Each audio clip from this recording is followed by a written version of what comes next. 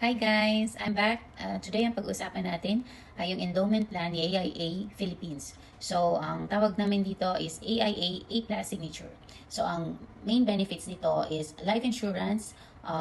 It means if unexpected event happens resulting in death of the insured, the life insurance benefit equal to 200% of the face amount will be provided to the beneficiaries. So halimbawa po 1 million yung face amount, ang mangyayari niyan kapag namatay po yung insured, ang makukuha po ng mga beneficiaries is 2 million pesos. And then the other benefits is guaranteed 10% of face amount cash payout every 2 years thereafter. So ito naman, hindi mo siya kailangang hintayin na mag-65 ka pa bago ka makakuha ng pera, or hindi mo kailangang hintayin yung maturity niya para makakuha ka ng pera.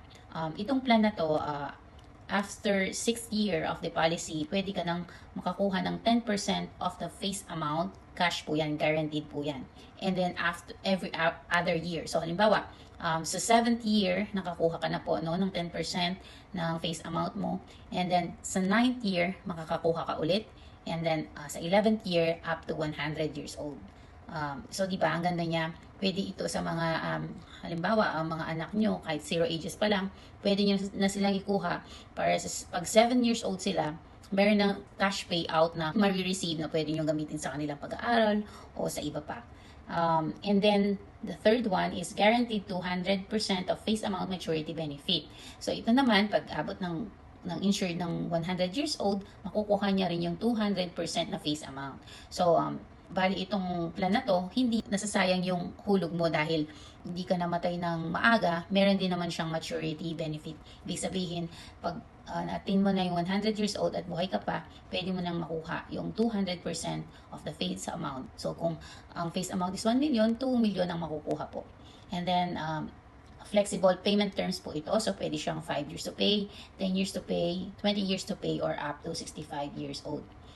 Ang isa pang benefit nito ay ang non-guaranteed dividends. So, may dividend siya, kaya lang, syempre, non-guaranteed kasi depende yan sa takbo ng market.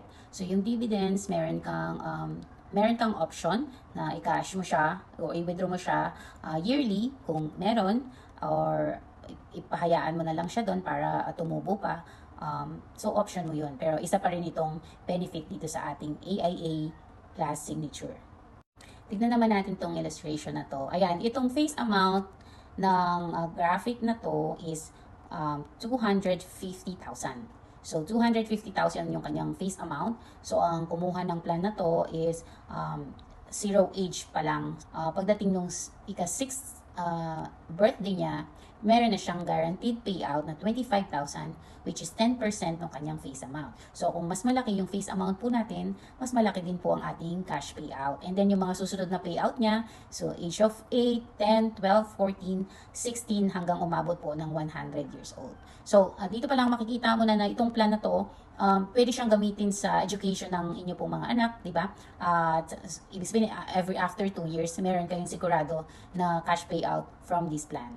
Yung next illustration naman natin, ito para sa age ng insured na 25 years old.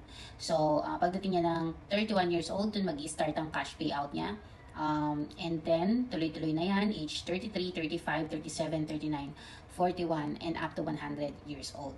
Ngayon, so tuloy-tuloy lang yung cash payout na yan. Tapos, kung pala rin po tayo na 100 years old, buhay pa tayo, makukuha pa natin yung 200% na face amount dahil sa ating maturity benefit. So, dito sa plan na to, walang tapon talaga. Kaya kung gusto nyo ng investment at hindi VUL, itong whole life plan na to na AIA A+ Signature ni AIA Philippines ang para sa inyo. At itong plan na to, pwede ka rin magdagdag ng riders like total and permanent disability, personal accident, 10 critical illness, medical benefit, and enhanced waiver of premium.